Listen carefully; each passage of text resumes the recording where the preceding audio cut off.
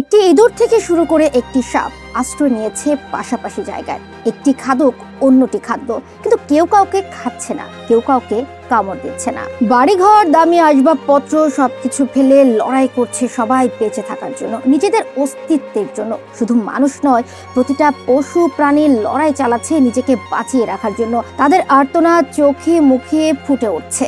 দর্শক, জনপ্রিয় একটি নিউজ পোর্টাল প্রকাশিত এই ছবিটিতে দেখতে পাচ্ছেন একটি ইঁদুর অস্তিত্বের জন্য লড়াই করে যাচ্ছে। জীবন রক্ষার জন্য প্রবল বর্ষণের মাঝে একটি গাছের ভাঙা ডালে আশ্রয় নিয়েছে। যদি কাছ থেকে দেখা যেত তার চোখে মুখে বাঁচার যে আকুতি, সেটা হয়তো বোঝা যেত।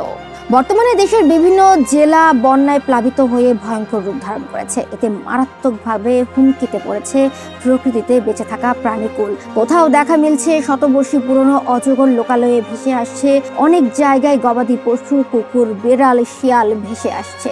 দর্শক, নেমে যাক উজানের পানি, বেঁচে যাক প্রাণ, স্বাভাবিক হয়ে আসুক পরিস্থিতি। খেয়াল রাখতে হবে মানুষের পাশাপাশি যেন উদ্ধার হয় বোবা প্রাণীগুলোও। হয়তো তারা তাকিয়ে আছে, কেউ এসে করবে তাদের উদ্ধার। দেখছিলেন বাজ নিউজ। ধন্যবাদ।